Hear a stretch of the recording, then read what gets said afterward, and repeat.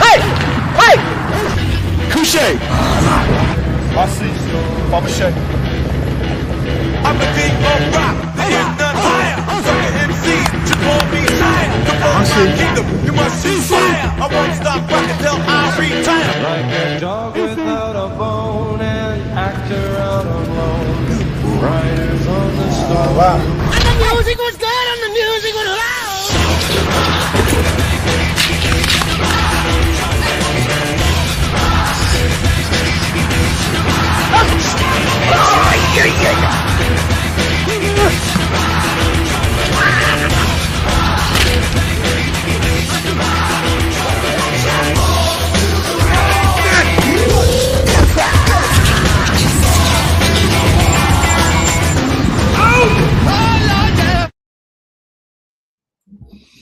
Great, Mr. You like that intro, don't you? Yeah, man, that's crazy because you was doing the Instagram shit before it came out. That video, I sure the fuck was. I sure the fuck was.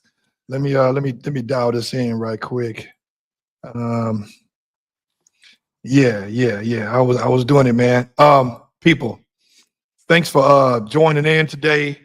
I have the pleasure and the joys of talking to Matt Rogers, also known as K9 Matt, out of Dirty Jersey. Yes, sir. And I want to say, man, it was, first of all, this is a very anticipated interview that I have with you because I've been a fan of your work for a long time, right? And I know that you're putting it down. And I know that you're doing a lot of good things out there for people. And with that being said, I want you to introduce yourself to the people out here, man. Yeah, bro. Matt Rogers, 40 years old, been training dogs professionally since 2000. Actually, you know what? I started training at a school with a man named Oscar Rojas back in 2003, maybe 2002, after I graduated high school. Around the dogs my whole life, seen it. The dog training stuff in the streets a little bit. That's kind of what got me into it. But yeah, I've been training professionally, been doing this full time since 2017. I was actually hesitant to do it full time. I didn't really want to do it full time because sometimes when you do something that you love for work, you stop loving the shit. You know what I'm saying? So I was real apprehensive about doing it. But 2017, I pulled the trigger, and when there was no plan Bs, just go all in with a plan A, and it's worked out ever since. Well, let me ask you something. So tell me about when we was talking briefly, people offline, about how it all started when you was 8 or 9 years old, because you've been in the game a long time, man. Mm-hmm. So talk to us about that. Well, I was always around dogs, period. Like I learned to walk off of the family dog pit bull that we had. And in the neighborhood that I was in, Roddies was the thing.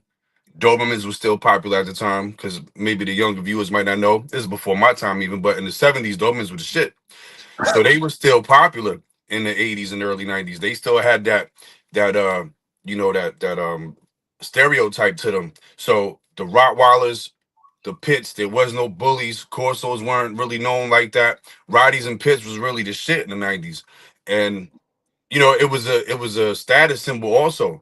You got a gangster ass pit bull, a mean ass Rottweiler, and it went along with the shit that we saw in the neighborhood. So it was like almost like a rite of passage. Like you outside, I'm a little boy looking at the older guys doing all the fuckery that they doing. You know what I'm saying? But the dog shit was really it just drew me in. It sucked me in. I love watching them, hanging off of tree branches and shit.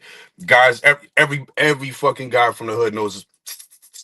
Right? That's how you get your pit to bite, whatever. Yeah. So watching them just pretty much hit a car tire, pulling on a fucking chain link fence with their teeth, hanging off of branches, like this shit was just so fascinating to me, and it just never left me. And that's really like I never really got into the game. I just like went with it, went with the flow. For me, man, I got into the dog game, because it was bonding. I was bonding with the guys going through a divorce. It was a bad time in 2010, 2011, man. And me and you talked about it. My childhood wasn't that great. It could have went left field for me. And the way the kind of person I am now, still today, is that I need to be busy. Right. I need to have a purpose. I can't stay idle and sit back and watch TV all day long. Yeah, it's dangerous. I gotta be out. I gotta be doing something, right? So for me, it's like, I tell people this all the time, and I'll always say it on every podcast. I said, man, dogs do one of a few things that no human can do. And people always say, what is that? I said, man, they stay consistent. I could be gone 2 years, 2 months, 2 weeks, 2 minutes, and my boy is still gonna come to that door as if I just left 30 seconds ago with this tail doing this right here, right? Now, when he don't do this right here, you know something's physically wrong with him. Right, something's off. Something's off. Yeah, now, they never switch up. Right. So now for me, I can't say my mom was consistent. My grandmother wasn't consistent. Nobody gave me consistency in my life because we're human. Right. So I see now why you know, I didn't realize why people die, why people cry when their animals died. I'm like, get another dog. Right. That, you know, certain dogs for certain people change their lives. And you know, one of my favorite first dogs got me out of depression. You know, got me out of the bed. I was wearing the same clothes for 5 days. I was becoming obese, clinically obese. When you know, with a dog, you got to walk him, right? You got to go out, you got to take a shit, got to piss. So it made me get outside, and one thing led to another, man. I got out of that thing, man.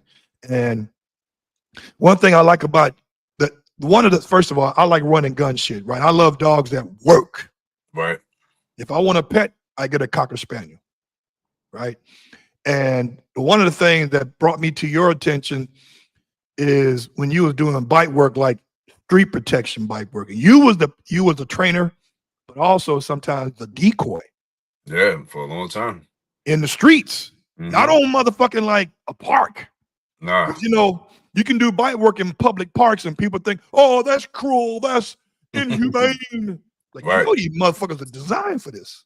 Do you really know what the police department put their dogs through to get them to a point listen, where they can clear a building? Come on now. They don't want to know that.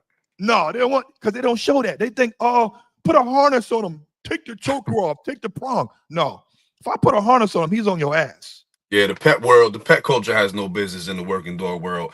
And I know there's dog trainers who try to educate and merge it, but you pushing a boulder uphill with that one. They just they choose to be ignorant to stuff. I mean, they'll see you feeding fucking raw chicken to a dog and then have a heart attack, but just stupid ass will feed kibble with chicken on the fucking bag. So it's just like it's no point. You know what I'm saying? Some people are open and receptive, but for the most part, in my experiences, it just never works out that way. So I don't interact with. I don't mix them. One thing, y'all don't need to know about what we're doing, because no matter what it is, it's gonna look bad. And then let's be real. The people who are actually doing the training, me and my group of guys, it's always going to be some cops involved just because of what other people might think it looks like. You know what I'm saying? So it's just, I stopped trying to be the nice guy and try to bring, oh, yo, y'all can come over here and watch. Look, this is what we doing. Nah, fuck that. Mind your fucking business. That's the point I'm at. I've been at that point because I know you're not coming over here asking questions. You disguising a statement as a question because I know you already called the cops. You don't want to know what we doing. You just want to, you know, point the finger and say, hey, these group of guys shouldn't be here doing this. You know what I'm saying? So I learned most of the time it don't really work out, even trying to educate them. Just go my way, you go yours. You know, that's interesting. You said the pet world. Like my boy out here in South Central, Dogman Mike, he said, and Mike used to, you know, he used to deal with game dogs, right? Right. And Michael said, dude, I have a pit, I have a PIT, not a PET. And I'm tripping because you said the word pet. I'm like, most of these granola plain yogurt motherfuckers, they won't work. They go to the animal shelter and get pits and all these dogs that, and you know, the animal shelter is not telling you the truth why the dog got fucking returned. Never. They never do. Right. It's always the normal excuse. Well, they was moving and didn't have room for the animal. No, the dog probably snapped because you don't know how to control it. And now you think the dog is not fit for your family, which he never was. And then you turn him in, right? So my thing is, like, you got a lot of people who are pet owners, but they actually have working dogs, and they are pet owners, but they're pet owners by default because they have no idea. They're going to dog parks, letting dogs run loose. What do you think gonna happen? Right. You got 15, 20 male dogs, some are intact, and you going out there throwing the ball. You think the other 5 dogs ain't gonna chase the same fucking ball? That's what I'm saying, and this is common sense to dog people. But to a pet person, they can't understand why they can't be around other dogs and have doggy friends. So, you know, if it's a client of mine, I give them the shirt off my back. If you open and receptive, because listen, most dog trainers with experience and time in, you're more than a dog trainer. You are a teacher, whether you want to know it or not. And for all the younger people that's watching this, that they want to get into the dog training world because I don't like dealing with people, then this ain't for you. I hear that shit all the time. I like dogs more than people. I get that, but you're not gonna do this job and not be talking to people. You have to do a really good job of communicating something pretty complex and breaking it down for people to understand so that they can apply what you're teaching. That comes from your ability to read and communicate with a fucking person, not a dog. Nowadays, you have you told me offline and people, we had a deep ass conversation and we weren't even recording. Right. And I said, this is how we talk when we get here too. So we're gonna take some questions too, because I have a few questions that people already want to ask, but we'll do that later. Right. But my question is you did the group classes where you had the weekend warriors and that was physically brutal. But now you have a club. Is your club that you are dealing with, are you guys training for a competition like PSA or ABB? What? APPDA, right there. Right. That club right there. You guys are training for that now, or you take anybody, even if they want basic obedience? All right. So my club, every member in my club, that's a dog trainer. They started under me. They learned under me. Some of the guys, they got the job, whatever they do, construction, truck job, whatever, and they just like the stuff on the weekends, and they still compete. They got dogs that are good for competing. But for the most part, I don't like to do pattern training. So there's certain scenarios that the dogs have to see because yes, you're doing a sport and you're getting pointed for it, so you want to set them up for success. But I don't like to do pattern training. Every single dog, even as a puppy, we start them off on the man. If they can't take confrontation, and it's I gotta stress this, it's fair. You can't be unfair with a puppy, but I want to see how that dog is gonna be. If eye contact makes a puppy uncomfortable, I don't care if he's 10 weeks old. If he's dodging eye contact and he don't like it, and again, fair, it's probably not gonna work out. I want a dog that can handle stress, that looks for confrontation. Because there's plenty of dogs who can do a routine and score 100 points. There's plenty of dogs that'll give you the fullest, hardest grips that you can imagine with the flashiest, fastest, most explosive courage tests you can imagine. And when you take all the prey away and you make it confrontational, you'll see a completely different dog. So I start my dogs like that. The drawback to that is you're gonna have a smaller club. It's not even a drawback. It's a good thing. You weeding out the bullshit. Just like you gotta watch dogs, you gotta watch the people in your surrounding too. So we're not keeping dogs that can't really deal with that shit. Okay, great. He's got full grips. Okay, great. He loves to chase the rag. He loves to bite the sleeve. But I want to see when I pin you against the fence, it just make you uncomfortable. It ain't nothing crazy. Just show the dog you're not in control. Now we see a lot of these full grips, a lot of that flashy shit. It's out of there. So I like dogs that can deal with conflict, and my guys are the guys that'll say, all right, well, this dog is not it. We'll replace him, pet home him, get another one. There's no emotional attachment to that. So, and if you don't want to get rid of the dog, my guys know, all right, keep him. You ain't got to get rid of him. If you love the dog, that's your dog. That's the whole point of having him. But understand, for what we do, you need something else. So even myself, I've watched a couple dogs, waited years for certain breedings to take place. Shit don't work out. You go back to the drawing board. But we're not making excuses, because I try to, as much as I can, instill in the people that I train with, take your ego out of this shit. It's not it's not an extension of your dick. Take your ego out of this shit and learn to read the dog in front of you. Let him tell you who he is and believe that shit. That's an interesting point, because 2 points to that. There's too many trainers out there that do sandbagging, bro. Mm-hmm.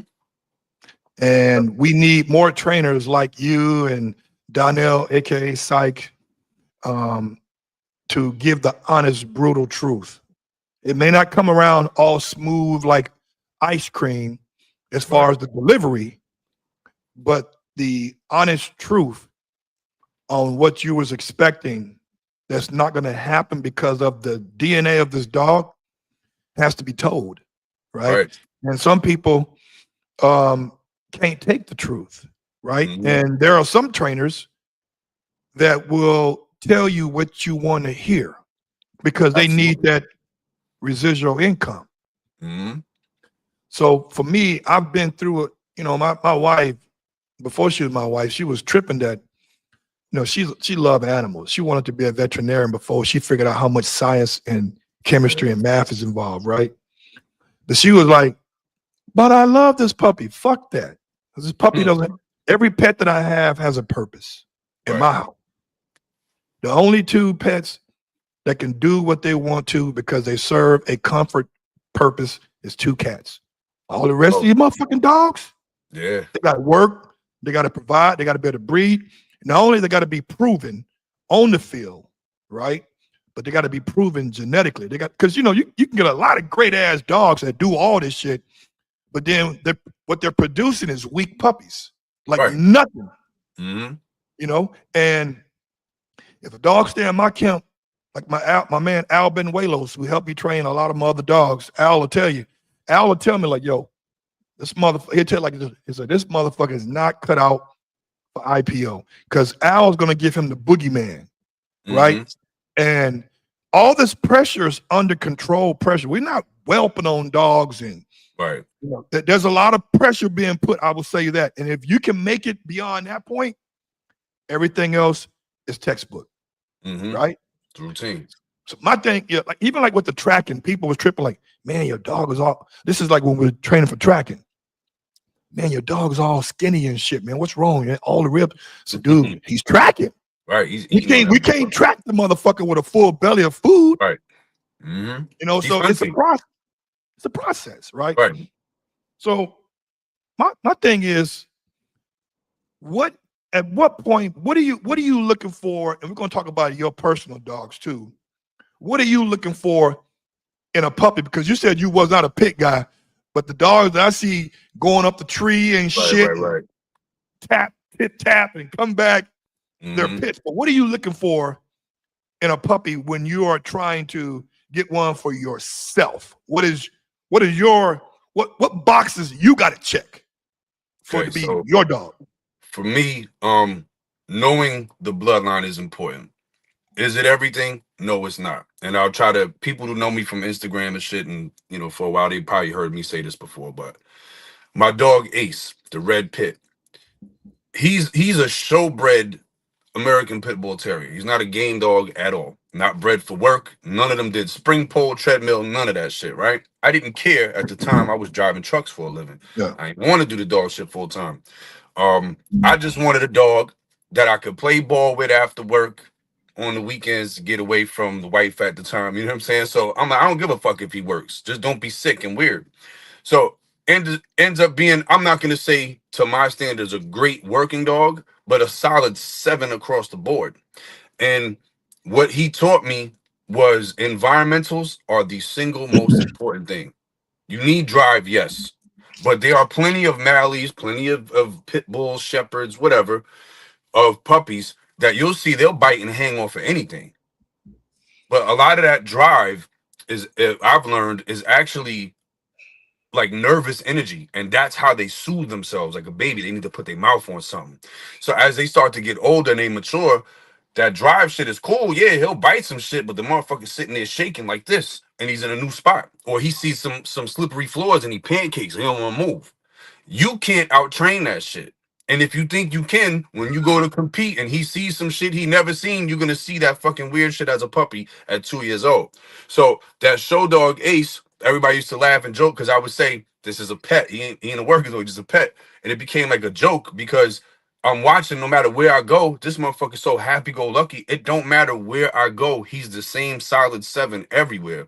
So what I personally look for in a dog for myself, environmentals, I'm taking a puppy and I'm isolating him, taking him away from the litter, and I'm putting him somewhere he's never been. I want to see how he reacts, and if there's any hangups, which I personally don't want to see any, I need to see how fast he recovers from it. Now, I'm not saying to look for the perfect dog for those who are watching. What I am saying is, if I put you in a fair situation, an open field or a room that you just never been in, and there's nothing unfair happening, no loud banging and noises, you shouldn't be shell shocked. You shouldn't be leery of nothing. You should be confident. That's what I look for. I could teach grips. I could teach a lot of things you could teach, but you cannot fix a dog who's environmentally jumpy and spooky. I don't care if they recover from it. You're gonna see that initial reaction is their true self, and you're gonna see that bad shit a year, 2 years later.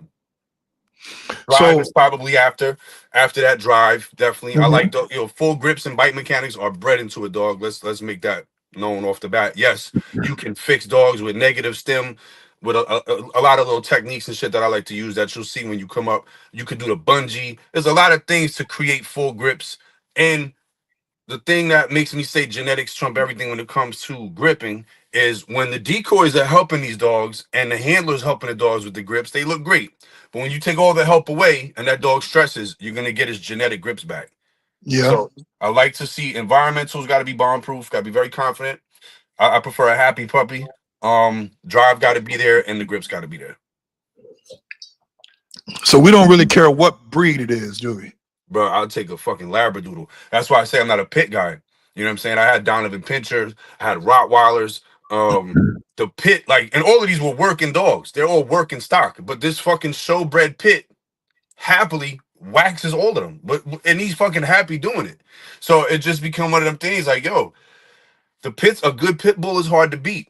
You know, the only drawback to a lot of pit bulls is they tend to run a little small. Some people don't care about that. I personally prefer a little bit of a bigger dog. You know what I'm saying? So Ace was just happen to be that because, again, he's a show dog. There's bully in there. He's like fucking 75 pounds. That's a big dog. That's a big dog. So I personally like that. But, you know, you get good and bad in any breed, though. So let's talk about environmentals because I know what you're talking about. But the people who are novice at this don't know what you're talking about. So expound on what kind of things you're exposing your dog as far as environmentals have to do with it. So if I've already chosen the pup that I like, again, I'm isolating him. I'm taking him out of his comfort zone. That's really all everybody's really got to look for. Take the dog out of his comfort zone, the puppy, but be fair about it. That's all I'm saying. There's a difference between testing and pushing a limit till you break them. So if I've already chosen the pup I like, I don't like to use lures. I see a lot of people doing. I'm not saying it's wrong. I personally don't like it. They'll use lures to make the dog jump on like a metal garbage can, up and down tables. That's cool. But if the dog has a lot of drive sometimes can override even just intelligence. You're distracting them from what's actually happening. Now you take the lures away and the dog has to think about this. Oh shit, this is loud. Or this fucking can is moving. But if you stemming them with a toy, it's still happening, but they're not aware of it. I personally don't like that. I want you to be aware because hard shit brings strong character. Period. So if he gets fucked up because the shit's shaking, but he works out himself and he recovers himself, we're already building character.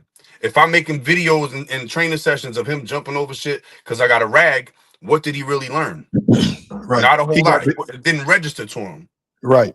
And then when he has time to slow down and think, and this is what we talking about pressure earlier, when you have to slow down and you got time to really think about the situation you in, now we see what the dog is about. You know what I'm saying? There's no distractions, no fast movement to help you through it. It's not going to be over fast. This isn't a 1-rounder, it's a 12-rounder. So I like to see that. Environmentals, exposing them to life, everyday life. For people that want to get into this shit, stop thinking about dog training. Everybody goes and does this silly shit with their little vest and their canine hat and the clicker, and that's cool. But the reality is the dog got to be good on the field. But why have a PSA 3, IPO 3, APPDA dog that when you take him to Home Depot and the fucking doors open like this, he's hitting the deck? What's the point? Yeah. There's a difference between, okay, they know the routine. Great. You did a great job putting all that effort into showing the dog the routine. I need to see good character. So for those getting into it, just enjoy the dog. Put him in the front seat. Here's a little tip. If you get a puppy from working lines and he's got an empty stomach and gets car sick, send him back. He's no good for what you want, right? Put him in the front seat. Let him see everything. We looking at it from a human perspective. Think about a puppy that's this big watching the world whiz by at 40 miles an hour. How crazy is that? Just let him experience life. That shit builds real character. You know, it's interesting you said that because all the puppies that I've had that I've my own personal dogs, I bring them to work with me. I take them everywhere with me. It's like we're inseparable this first 7, 8 months because Right. not only do I want him to be exposed to be where he has no environmental issues, but I want that bond to be unbreakable. Yeah, there's You know? trust. That's a good point. That's a really good point. Trust. And so for me, it's like when I used to do IPO stuff with my dogs, and I had time to actually go to the field 2-3 times a fucking week and spend hours and all this other shit. I would it was self-fulfilling. But I started going to Donnell over there at South Bay Malinois. He said, we're gonna do shit different. He said, all the dogs you got, they do the routine well. Right. You know, what we're gonna do is we're gonna expose them to different shit every time. We're gonna bring out the gorilla in this motherfucker, right? Right. We ain't doing no corrections hardly. Like this motherfucker's 11 months old. He's never had a hard correction yet, right? So we building that drive. So when, and I was seeing, but I wasn't looking, right? It was like, why this motherfucker ain't got no suit on? What's going on? So what he's doing, he's teaching my boy to focus in on the decoy without any tug, any sleeve, any hidden sleeve, any bite. No equipment. None of that shit, right?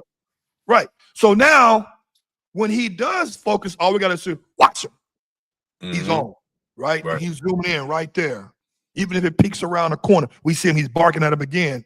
And now when he does put the sleeve on, it's like giving him dessert. It's like, oh, okay, cool. Can't wait for that shit.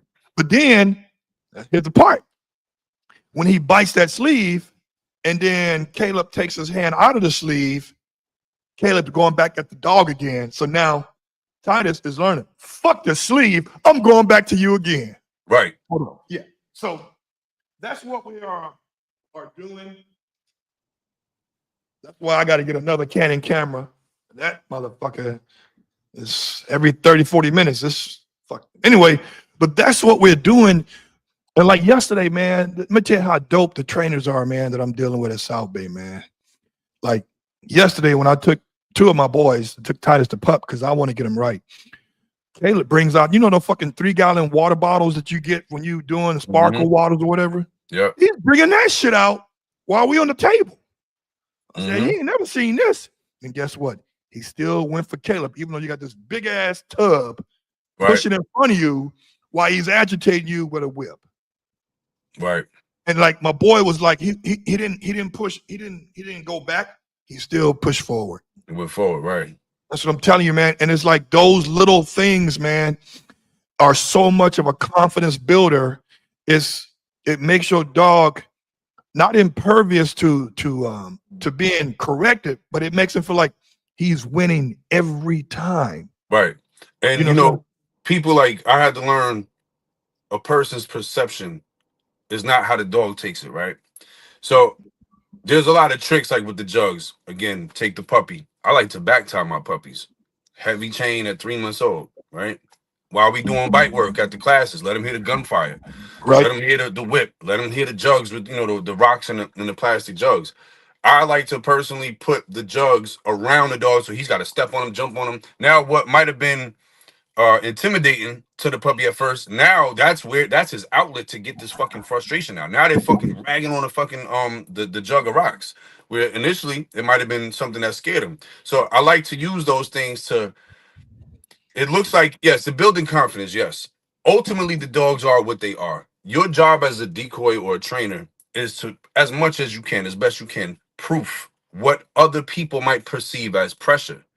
So we could do stuff that looks crazy, but that dog's seen it, he knows it or she knows it. To them, it's not pressure because it's routine.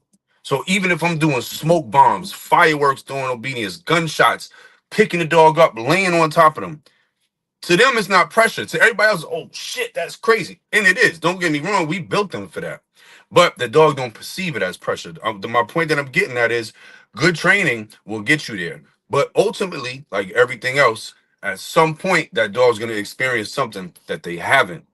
It's impossible to cover all of the bases, and that's where genetics are gonna come through. Is the dog's either gonna adapt to it and say "fuck it, I'm with it," or they're gonna go, "Whoa, I never seen that before." And that's why I am the way I am with the puppies that we pick. Now, how many certified decoys you have in your club?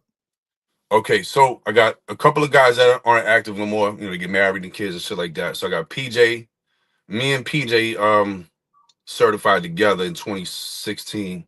So PJ, WAP, John, another John. We got two Johns. Matter of fact, one guy's name ain't even John. When I was doing classes, my head was so fucked up with so many people. His name's Mike. I just started calling him John. Everybody like, who the fuck is John? I'm like, him. He's like, yo, his name Mike. Well, fuck it, it's John. And it just went, right? So you got me, PJ, WAP, John. Um, who the fuck? Oh, Big Mike just certified. So I think we got 6, maybe 7 if I'm thinking, but I think it's 6 certified decoys in my club alone. And all of them have hit the field competing. So my question is, so I don't know too much about the APB. Is it APBD or APPA, right? APPDA, yeah, American Protection and Patrol Dog Association. So I don't know much about. I've heard of that sport. I don't know much about what the decoy is supposed to be doing. So I know, just in the IGP world, the decoy always try to help the dog, right? But in PSA, that I've noticed, them decoys are trying to fail your dog. They're pushing the dog to the limit. They're not there to be the dog's friend or to be the dog's that you pass all these levels. No, it's like they're geared up towards like, no, the dog's gonna do what they gotta do, but we're gonna do what we gotta do too. Now, is the decoys similar mindset for the sport you in, like PSA? Well, I'm gonna say similar, no, in this regard. In that sport, it's all politics. So yeah, some of them are gonna try to run your dogs and don't like you, who you train with. Some of them are gonna try to help your dog, depending on, and that's my experience with it. My first PSA trial I went to in 2003.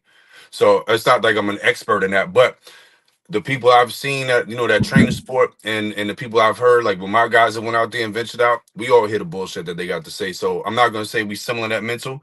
What I will say is in our sport, we absolutely trying to fail you and your dog. I don't got to run your dog for you to fail. Decoy can get in your head and you start fucking doing double commands and doing dumb shit. And next thing you know, your dog like, well, fuck it. He don't know what he doing. I'm gonna do what I want, right? So yes, our goal as decoys is to fail you. It's a competition.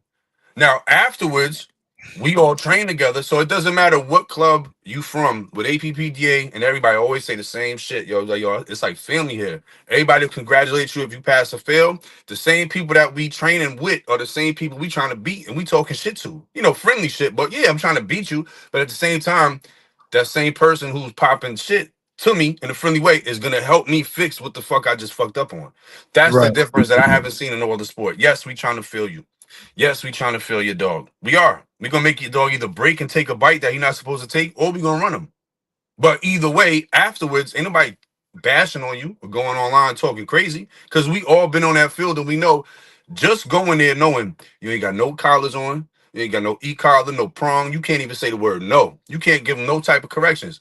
Now you see all of that shit that you think you know is starting to slowly get away from you, because now you got all these people watching. You got to judge. You got to prove it now. So that right there, anybody that steps on the field in any sport, you deserve that respect. So you always get that love, and at least in our organization, you get that love back. Like, yo, this is what we saw. This is what we need to do to fix it up, and it does work, man. It's been showing out pretty good, especially these last couple of trials. Yeah, you're right, man. There's always like the ring sport, like the North American Ring Sport Association. Man, it's like I've never seen where a club can fly a fucking judge in, have dinner that night, and then host a trial that's closed off to the public. And the trial is being given on a Monday or a Tuesday, and you know nobody's fucking coming. Right. And then all of a sudden, your dog walk out with a fucking ring 2 and a ring 3. You know, so it's almost like, where's the honesties? Now, I love trainers who are hard on the dogs to make them want to fail or to run them off, because now you will know, because at least your decoys, you guys debrief at some point, whether you're training with each other on another day or not, you're debriefing like, This is what you should be doing. This is what you should do correctly. Yeah, absolutely. Right. Right. So that's giving game. But bro, in this dog world, and a lot of people thinking with honesty, man. They're thinking like, how can I be one up? And that's why I'm not a fucking multi-millionaire in a dog game, because I'm too honest. The every sport, I remember watching the Quorum, the Rottweiler Quorum in the early 90s. Man, they barely had control of these motherfuckers. They was wild as hell. But them courage tests were brutal. Them fucking holding barks were dirty. Them dogs meant that shit, right? So it went just like everything else in America, Rick. We had purists, and then we had the people watching that shit that want to get down, but they're not really purists. You want the Hellcat look, but you really need it to be a V6 so you can handle that shit. And that's where the dog's quality start to go down. Because we went from having hard ass dogs early on in the game, it was almost an average thing, to now we got dogs, you know, no disrespect to nobody, but the IGP world is filled with fucking fat soccer moms. Y'all can't even walk in a straight line. How the fuck you got a fucking Shits and 3 dog? Because I remember watching my mentors and his peoples, John Suarez, Wilson Rosa, some of y'all might know these names, Oscar Rojas. I'm watching these guys in shape, huffing and puffing, getting them dogs dialed in, and they barely fucking making it out the field. These dogs, yo, they would fail, and everybody would go trying to get their number to breed to them. Because I know they know why you fail, because the dog is a fucking monster. So now it's not like that. They'd rather have the fucking flashy shit, but he's easy to handle. Go home and he's on the couch with the kids and shit like that. Nothing wrong with that. But what I'm saying is they want the fucking look. They want the merit. They want the pictures on the podium. They don't want the real hard dogs, though. And it really diminishes it, because then when you are a purist, you went from having 100 competitors at your trial to like 10, 15. Why? Because they don't want to know they failed. They don't want to know that they just spent X amount of money on hotel and travel expenses and drove 15 hours and they can't walk up out of there with a title and a piece of paper. But when you start to cater to these people, because you have to keep the organization paid, you know what I'm saying? It's got to stay in business. Then you got to make the shit easy. And that's why they done took the stick hits out. I remember seeing the stick hits back in the day. Shitson, for those of y'all who don't know, went from like the last time I seen it was like the drives were like this, you know, hanging them up. But when I started, I'm watching it. These guys had the dogs face to face, wham, wham, wham, and they driving the shit out them dogs. So it's not the same as like crazy PSA or APPDA stuff, but the pressure was still there. They taking out some more things. They taking out I think the send out where the dog got to run like 50 yards and then go and then stop down, right? Stop that. It's crazy. It's another thing they took out. And this is just fucking last year. Every time they change the fucking name from Shitson to IPO to IGP, it's like they're taking something out of it. And it's probably all political, because them Shitson dogs, they be breeding them for crazy money. They sell them for crazy money. Yep. So it all comes down to like politics, and that's just something like I don't personally care for. You know, I don't really associate with a lot of people in the dog world. I just do my thing. I fuck with the people I fuck with, and that's it. But it's just so much of that type of shit that it'll turn you off to it. You know what I'm saying? There's real hard dog people. We got to go under the radar now. We got to go under the radar, because the people who dominate the industry, they not for us. They not really for the hard dogs neither. They just for that clout. You know what I'm saying? Just to have a decorated wall full of titles and pictures and shit. I always said, you know, you guys, like there's a guy right now, I can't say his name, but he has a dog that's off of my dog, and he came to a field recently, and you know, and bless his heart, for the first time he saw the dog act a fool when we put him on the fence and staked him out with a harness. This motherfucker was cutting up, and his wife was like, "Wow, I don't know if we can handle all that shit, right?" But I told my guy Johnny, I said, Johnny, to be honest with you, this is not the guy who won the dog, but he's a club member. I said, Johnny, 80 to 90% of the people who buy dogs off of me, they buy them for the looks only. They don't buy it. I emphasize propensity to work. Now, every dog ain't gonna be a rock star. Right. But when I'm breeding to the right bitch, there's a high probability that somebody is gonna be able to do some shit, whether it's dock diving, luring, barn hunting, something, motherfucker. And with that being said, is that we get these calls, oh, he's tearing up my yard. I was like, you got a dog that wants to work. He don't want to be fucking sitting on your lap. Right. You got to take him outside. You got to do something with him. Run him on a treadmill and all this other fuck shit. and they end up returning the dog. Guess we don't get refunds. Mm. We don't get As you refunds. shouldn't. And that's what I'm saying. Like a purist don't even have to be told that shit. Maybe somebody that's new, but their heart is in it, they might need some tips on what to do. But a person that's not really into it, as soon as they see that requires too much work that's is not convenient, back goes the dog. And then that translates into the sports shit. The sport starts to get softer and softer. It gets watered down to suit the people who don't want to do the real work. You want the easy way out. You want the easy way up, I should say, the easy way up to the top.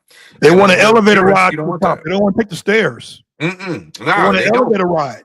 They don't, and that's why you see, they be flying judges in. I seen that shit back in the day, man, like in the early 2000s. I was going to these trials, and I'm at the time I'm still living in Jersey City. I'm in the hood, so doing this dog shit is like it's so fucking foreign to me. It's uncomfortable. This is not the type of people I'm used to being around.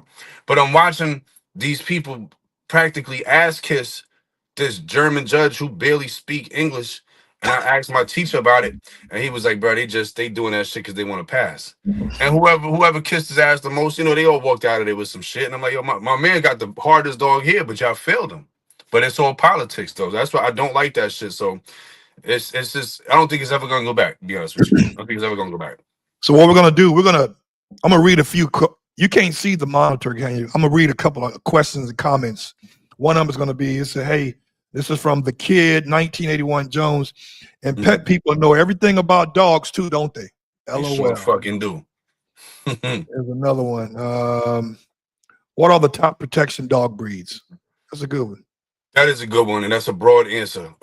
So personal protection, a 22 caliber pistol is a great personal protection weapon, right? Is that something you want to go to fucking Afghanistan with? No. You know what I'm saying? Is a fucking minigun something you want in your house when somebody tries to break in? No. So there's different dogs for different jobs.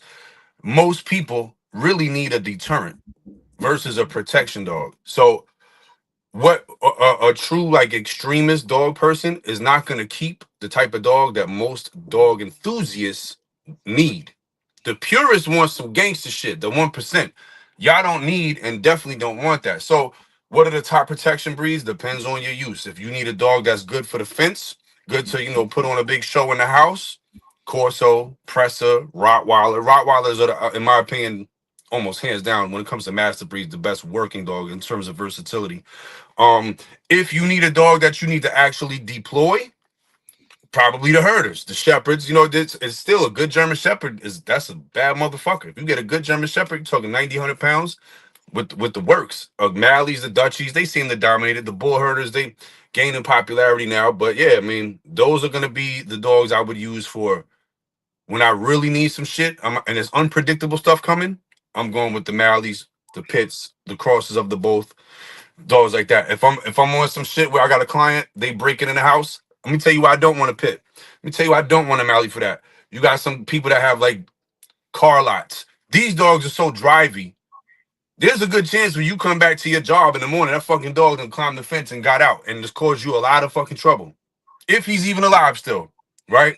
So we don't need that overly crazy shit. There's certain things you need that for. Those are the dogs you can deploy if you know how to handle and manage them. If I need some shit for the lot, let's put a Corso back there. He's big, he's ferocious. Not everybody might take a 50-pound pit serious. And that Corso might be a $120. He might be a bitch. We might know that, but the general public like, nah, fuck that. I'm not playing with that. But they might try. It's like, I use this example, right?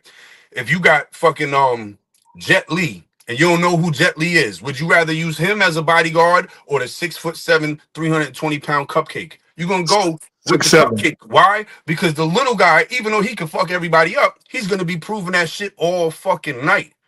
The big guy, nobody's gonna try him just because of his size alone. And if it does happen, it's gonna happen once in a blue. So knowing the weapon you got is probably the most important thing. Different dogs for different jobs. No, very few people gonna like the dog I have. Very few people. Dog men love it. The regular people like, yo, fuck that. I don't want that shit. You know what I'm saying? So top breeds, it all depends on what you need. But what I just said, I think in terms of breeds, I think that kind of narrows it down for me. You know what's interesting, man? And we'll get to some more of these because this people are chiming in. What's crazy is that most people don't really need a personal protection dog. Nah. I mean, like, what are you doing out there in life that you're that What you getting into, man? what you getting into that you need a dog to be on point. Like All the time. you just need a deterrent. You don't Yeah. need somebody like, okay, hit him, get him, get him. I'm like, do you really need that? I mean, only listen, really, I mean, are you a dope boy? I mean, ride in the car, and then two, is it really a personal protection dog, or is he just a dog that wilds out? Right. So I don't think that many people really need personal protection dogs. And I really do believe this is one of the things I was gonna mention to you. And this has happened to me. So I'm all for protection training. Mhm. To me, personal protection, and you correct me if I'm wrong, personal protection is really obedience training, because what I'm doing for my dog is I'm teaching him to identify what is a threat, what is not a threat, and I'm desensitizing him to things that we would have done in protection sport. So now, case in point, what happened to me over 12 years ago. My red Dobie, you saw the intro, that's him. I usually walk him from the backyard through the house to the front door to walk him versus go out the backyard and go behind the fence or whatever. Okay. As I was opening the door, guess who's walking towards my door? The mailman. What does his brother do? He runs. What did my dog do? He ran after him. Mm-hmm. I said one word, couche. Boom. Right. He went to a down position. We have did that recall shit over and over. I will send him on a decoy, and just about 6 feet before he get there, because of the momentum, I said, Alonzo, OPA. Right. Boom. He comes back. Now, had I never did protection training with him on that scenario, I'd have lost everything. Yeah. Yeah.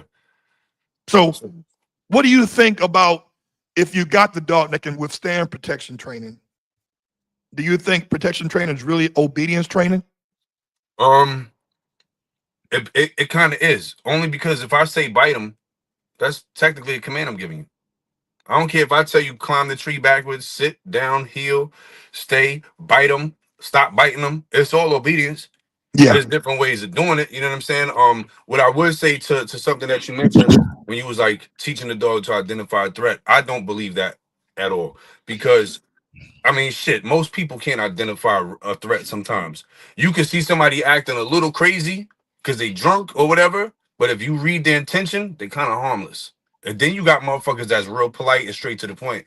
Like, what's going on? How you doing? Yeah, run your shit. I've experienced that. The dog cannot determine something ain't right about him. We can't even figure it out. The dog's going to hit that drunk uncle who's excited to see you before he's going to hit the quiet guy trying to rob you. That's just what it is. So that's why it is a good point to say protection work is obedience, because your job is, if you got that dog and he's a live one, it's your job to keep the public safe from him. So you got to stay on that motherfucker. I don't care if it's my dog Ace, who's super social, or Rowdy. I'm talking to somebody. I'm every 3 to 5 seconds. I'm looking down, looking where his eyes are, looking where his head is at. It's my job to deploy that dog properly. If I cut even Ace, and he's clear-headed, he's not a savage, right? But if I cut him loose and he's looking at the wrong shit, he's going to hit the wrong fucking thing. It's my job as a handler. This is where police get it fucked up. They be cutting dogs loose and they be sitting there running in circles, hit the wrong motherfucker. You know what I'm saying?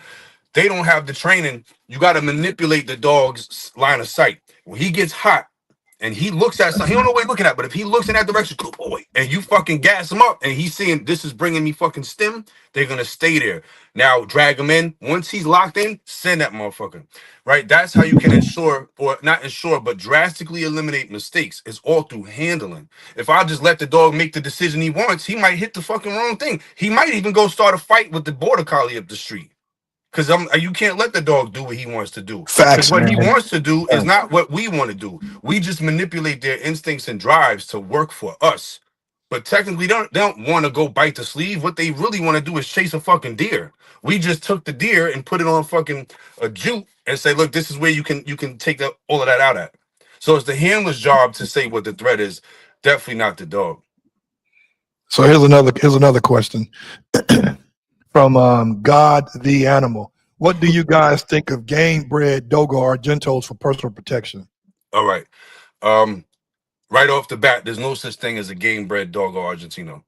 Unless you're talking about big game hunting, that's different. The only game bred animal is the American Pit Bull Terrier. That term is being washed around because it's so trendy to say. But to answer the question, I've had a couple for personal protection, and I did not like them one bit. They weren't very strong at it. They weren't really good at it. They weren't even clear headed, and it wasn't even really their fault because every doggo I had for training, completely unrelated, right? Which is a very important thing to mention because it's similar throughout the it's consistent throughout the breed. They all, as soon as I take them out the truck, boom, they fucking noses are down. They tracking, they hunting.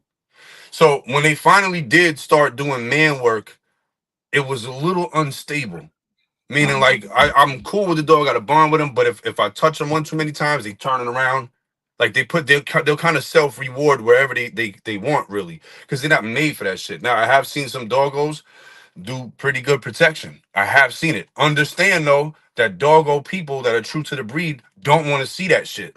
Right. 'Cause they don't want man aggression. They want stable dogs that can ride in a pack in the back of a truck and go kill some shit. You don't want nothing redirecting off a pig because he gets possessive and starts fucking mauling a handler. So when you start to do that type of stuff, you know, you got to understand with a grain of salt, a good doggo breeder don't want to see that. You're not going to sell you a dog for that shit. But I've seen a very small handful be pretty good. Not something I would invest in because finding one is probably going to be difficult. But a good dog is where you find it. Because I see people out there doing bite work legitimately with like poodles and Australian shepherds. It does happen. So, you know, if you want to roll the dice, by all means. But I personally think you have a low chance of success with it, depending on how far you want to go. Right. Mr. Nance said Gerald brought the man on today's. Appreciate Shout it, bro. out to you, man. What's this other person? What up, everybody? What's up, man? So this other person, what up, everybody? Okay, great topic. Okay. And there's another person that said, hey, talk that, Matt. So yeah. Here we go. This is Meredith. Gerald, where are these people? This guy is raw. I love. He's right about the dog world.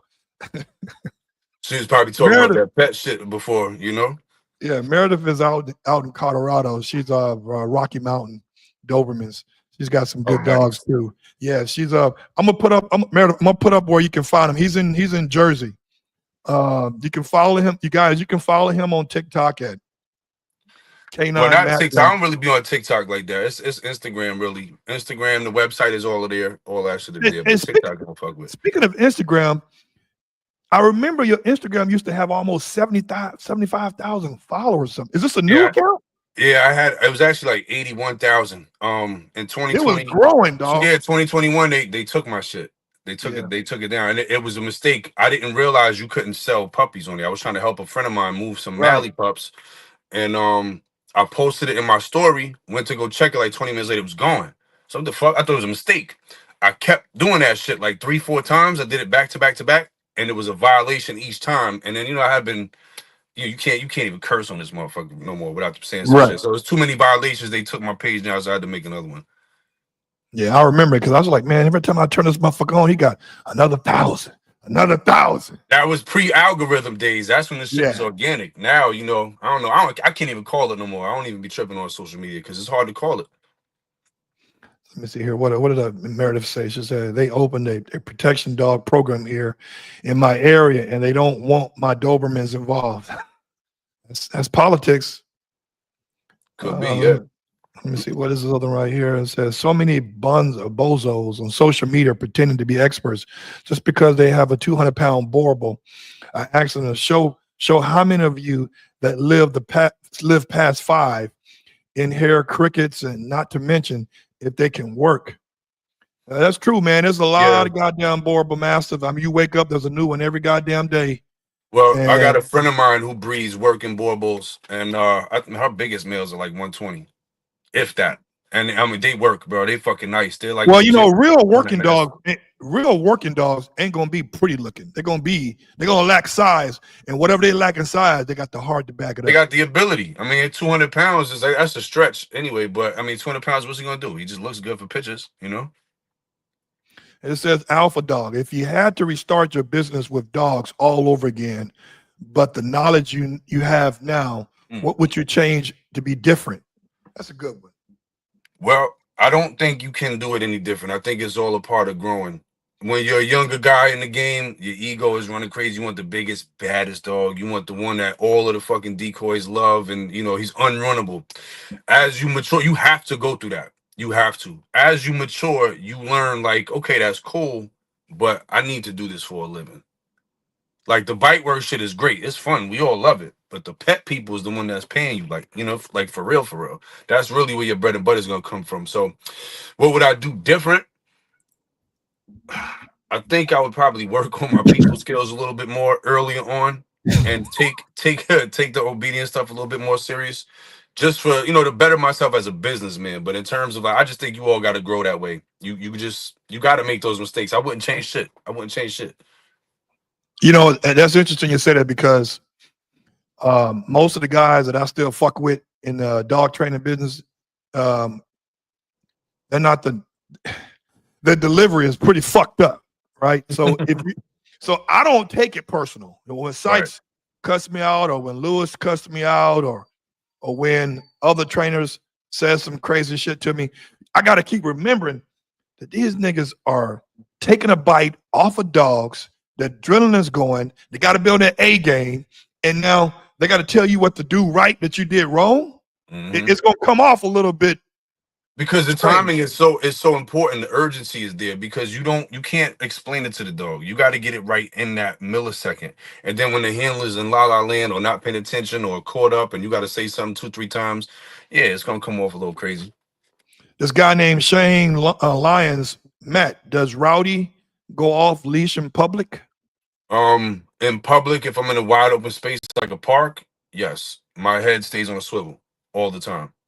In public, like a busy city, absolutely not. No, even on leash is dangerous to do that because people are stupid. You know, the dog. I know the dog wants to bite. He doesn't act a fool. Don't get me wrong, but if you're close enough, he's going for it. And then people are stupid. I think my dog. I think he's ugly as fuck. But people are like, oh my god, he's so cute, and they try to. You can't do that shit, and you can't tell them not to because sometimes you won't see it coming. So I never keep them off leash. Never have them off leash in a public setting where there's people walking by or close by. How did you get him to train to tap the tree and come back and tap the tree again? What did you do? What kind of markers did you do to make him tap the tree? So good question. This can be applied through all obedience routines, whether you're doing a focused heel, walking backwards to the tree. So it was very simple. You know, he likes the ball. You there? I'm here. Okay, so he likes the ball. All right, cool. So I just went to the tree, made him sit, and I would just tell him back and kind of just walk into him a little bit. And when he couldn't go nowhere in his back foot, he just tapped it barely. He just stepped on it, gave him the ball. Repeat that. Now he's associating back. Now he's not touching the tree with his whole body, but he'll take the foot and just put it back. All right, cool. Give him the ball. And then I just kept on building off of that till now I'm doing it 2 steps away and he's putting both feet. Boom, give him the ball. Now, but I'm keeping him in drive. Like, keep it short, keep it fun. You don't do it to the point where the dog is exhausted or he's fulfilled with the toy. Nah. If this is where he peaks at fulfillment wise, bring him there and end it because the enthusiasm, the drive builds. If you know how to train properly, obedience is going to build power in a dog's bite work. It's not going to hurt it. It builds power because it's constantly build and drive. So that's pretty much what I did, just step by step, little by little, to the point where the dog was like, I know what to do, and he would launch himself on the tree because he knows the reward is coming. But little by little. When I saw the video, he almost was like doing a damn push-up, like he was all like his hind feet. Handstand. Yeah. I was like, damn, that's impressive. My question is, if you had to do it all over again, which particular breed would you have stuck with if it didn't matter? If it mattered, what breed would you have stuck with in the dog game in beginning? Like some trainers, like the trainers I know out here, that you can tattoo Malinois on their ass. And I always say, you know what, Malinois, that's easy. It's easy to get a Malinois to do that, you know. But to me, what's exotic is to see other dogs, other breeds doing the same thing. Right. Yes. Yeah. So what breed would you have been a faithful person to if you had to do it all over again, knowing what you know now? I probably would do this the exact same way because when I was a younger guy, I was a diehard Rottweiler guy. Loved Rottweilers. Couldn't tell me shit. I think we spoke about this offline. Where they just steadily disappointed. The more I learned about the dog stuff and started seeing, you know, high level competitors, even medium level competitors, I'm seeing the Rottweilers that would get gassed up and then they would just disappoint. So I learned breed really don't matter as much as the individual dog. So that's why number one, I don't breed. So I've seen great German Shepherds. I've seen mostly shit German Shepherds. I've seen great Malleys. I've seen mostly shit Malleys. I've seen great Pits. Seen mostly shit Pits. Understand that most of the dogs, almost all of them, they suck. You're gonna find flaws in all of them. You're gonna get a very small percentage of dogs that are good. And I don't personally care what it is, I'll take it. I never really thought about having no bull herder before, but I seen the breeder, Bull Vision Kennel, shout out to them. I'm like, yo, they consistently producing gangster shit. And the dogs are healthy. They don't give a fuck what they look like, as long as they healthy and they doing the work. All right, cool. Like that's not my cup of tea was a Roddy. I like a big headed fucking Rottweiler. Not no Malinois looking dog. Roddy looks like a fucking coyote. But he works his ass off, and that's what I'm gonna continue to look for. So it really just I can't say it's a breed, man. It's a mental. You know what I'm saying? Right. It's mentality. Somebody was asking, I know maybe you can ask this question. I know it said, what breeder do you recommend in the US for a working line Rottweiler with ball drive? Well, ball drive, that should be almost inevitable for a working dog. But Absolutely. who do you recommend you can give them a plug? I don't really know, to be honest with you. Working lines, I don't really follow bloodlines like that. But like you said, to piggyback off of that, ball drive should come in any working dog. You know what I'm saying? There's a lot more things to look for than just ball drive. But in terms of saying a breeder name, I couldn't really tell you. I couldn't tell you. This other guy named Wolfpack Wick. How y'all feel about a dog with no papers, like no UKC, no ABKC? The dog proves who he is, not the paperwork. Not the paperwork. What is this right here? Dominique Broomwell. I got ripped off of some old school German Shepherd blood. He got driven. He's really wanna bite. Ain't no plan, but he's ugly as fuck. 85 pounds, straight heat. He's straight heat. So okay, I can see that part. And he's off the only Roddy with a KMPV title. Oh, he's talking about Django von Rotsburg. Django is a KMPV Roddy. I don't think I've ever seen videos of him working. I heard about him, said he was pretty good, but I got a Roddy of some old school shit. No, I mean, is that even a question or just a statement at this point? It's just a statement. Yeah, he didn't put no question mark behind it. Now, I mean, Django was legit. Understand this too, fellas and ladies and gentlemen, whatever. Buying a dog from overseas does not mean you're getting something better. Some of the best dogs I've ever seen are born bred right here. There's nothing prestigious about getting it somewhere else other than saying it. Also, your connects and relationships with those breeders are going to determine the quality of dog you get. You can get the best fucking $2 in the world. If you don't have a good relationship with them people like that, they're not selling you no good shit. They keeping that for themselves, or they're going to keep it close by. They're not going to send it overseas. Let me tell you, the rest of the world don't like Americans. They're not giving it to some stupid fat ass American. They're never going to send your best dog. They're never going to send your best No. dog. This is for you, Matt. What percentage of Doberman Yeah. do you see that are straight trash when it comes to the protection training and you and your team doing over there, meaning fearful of nerves? I just had a Dobie a couple months ago. It was pretty fucking good. It's a lady named Savannah and her husband Drew, who's a very good decoy. They breed super solid Dobermans. I don't know the name of the heart problems Dobies are notorious for having. DCM. Right, so they went super hard over the last fucking X amount of years, eliminating all of the known health problems. They had a dog come to me, and he was solid, bro. He was real solid, but I would say probably like 70% of the Dobies that I see are fucking nervy as hell, like stressed out just being in public. You know what I'm saying? Yeah, this is a guy Wolfpack saying raw or kibble or both. Personally, raw, hands down. Yeah. I never touch kibble. I don't touch it. Let me see here. For the true PPD, what target do you personally think is ideal? At the end of the day, job done is job done.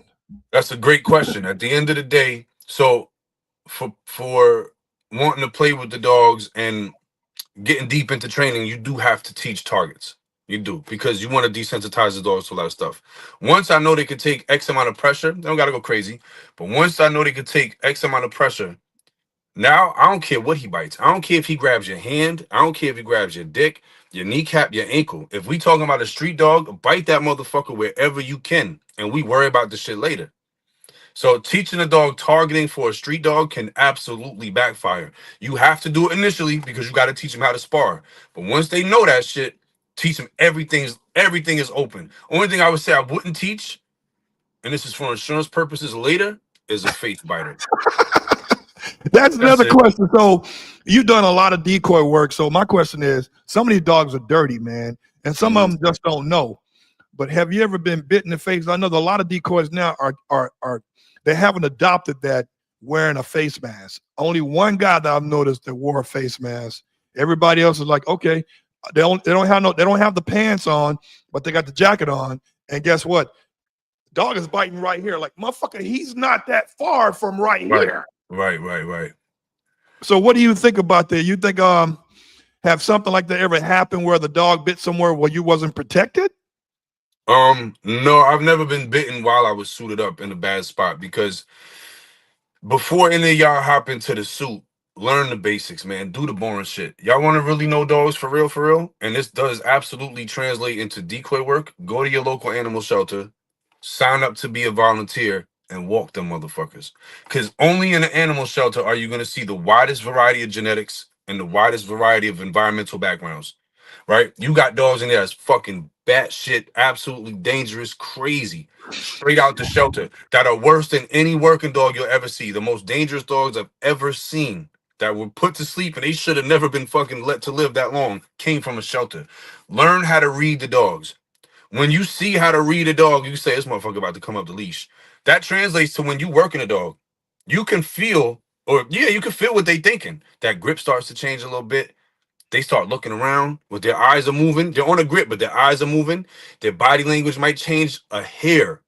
When I start seeing that shit, I already know what you're thinking. I'm not going to let you do it. But if you're not paying attention to those things and you keep doing the same goofy shit and the dog starts getting uncomfortable and you don't know it because you can't read dogs, you just monkey see, monkey do off of what they do on Instagram, that's going to be your ass. You're going to get bit in the face. You're going to get bit in the hand. So learn how to read dogs. Your safety is the most important thing, next to the dog safety when you're working them. Yeah, let me see what else here. He said, what up, fellas? Why nobody covers the boxer dog? And are they good dogs for protection and bite work? I haven't seen any good boxers. I've seen one boxer that was good maybe 25 years ago, only on video. And when I say good, he was just biting the sleeve from a distance. Not the best dog for training, even obedience training. I've never seen a good boxer for protection. Never. Yeah. Well, man, listen. It's what time is it there now? 7? 7:10, yep. Damn, man, it was a pleasure talking with you. I'm not gonna lie, but like I say, man, when I was surprised your ass even respond to my fucking message, because I know you get a lot of trolling roll-ins and gigabyte gangsters messaging you and all this other crazy shit. I'm gonna always respond, bro. I just get a lot of what is that? It's spam. That's what I get. A ton of spam. Yeah. I appreciate you being on the show, man. We gotta do this again, man. I'm with it, man. We barely touched anything for real. Next time we get into some juicy stuff. Yeah, but it was a pleasure, bro. I really appreciate, man, your words and shit like that. Like that shit means a lot, man, for real. Because yeah, man. Just follow me since back in the day. That shit means a lot. And I'm way in LA, bro. Word. That means a lot, man. Hey, again, people always tell you at the end, I say, you know what? Having a dog is a luxury, not a requirement. Be responsible. Be smart. All right.